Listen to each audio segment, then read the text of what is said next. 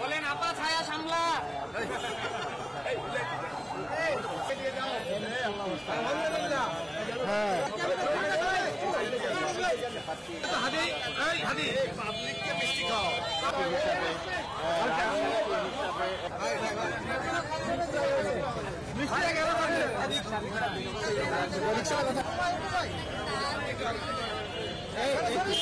শেখ হাসিনার রায়ের কারণে মিষ্টি খেলাম, খুশি হলাম।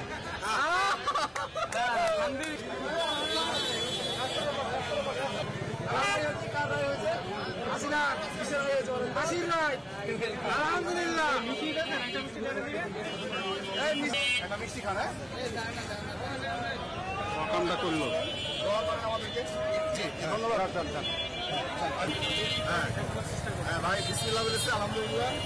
বাংলাদেশের যে বিএনপি আছে, জামাত আছে, সকল দল এই খুনি হাসিনার বিচার কার্যকরের জন্য দাবি দাওয়াত দিয়ে আন্দোলন করে আসছে। প্রথম দাবি ছিল বাংলাদেশের এই যে ফ্যাসিবাদী খুনি হাসিনার বিচারের রায় কার্যকর হতে হবে। এটা ছিল এই অন্তর্বর্তী সরকারের কাছে আমাদের দাবি। আমাদের সেই দাবির একটি প্রথম ধাপ আজকে খুনি হাসিনার ফাঁসির আদেশ হয়েছে।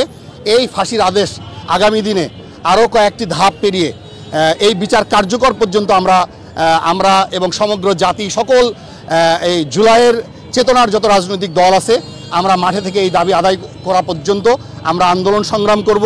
এবং আজকে জাতীয় জীবনে বাংলাদেশের সমগ্র বাংলাদেশে যে আজকে একটি খুশির বন্যা বয়ে যাচ্ছে, আমরা এই খুশির অংশীদার হতে আমরা সকল মানুষের সাথে এই মিষ্টি ভাগাভাগি করতে এখানে এসেছি। আমরা রাজনৈতিকভাবে একটা জিনিস লক্ষ্য করা হচ্ছে যে জামাত এবং বিএনপি এই যে খুশিতে মনে হয় শামিল হতে না, তারা হয়তোবা এই ব্যাপারটাকে ভিন্নভাবে যে কোনো সময় কর্মসূচি দিয়ে খুশির অংশীদার হবে।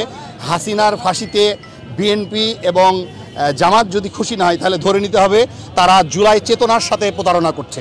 আমরা এরকম মনে করি না। তারা সবসময় আন্দোলন সংগ্রামে বিভিন্ন বক্তব্যে বিভিন্ন আপনার সংবাদ সম্মেলনে তারা দাবি করে এসছে হাসিনার বিচারের কথা। তারা বিচারের এই রায়কে কিভাবে উদযাপন করবে, নাকি চূড়ান্ত ধাপে রায় কার্যকরের পরে উদযাপন করবে, সেটা আমরা এখনই বলবো না। আমরা কাউকে অভিযুক্ত করতে চাই না। আমরা মনে করি এই রায়ে সবাই সন্তোষ প্রকাশ করবে।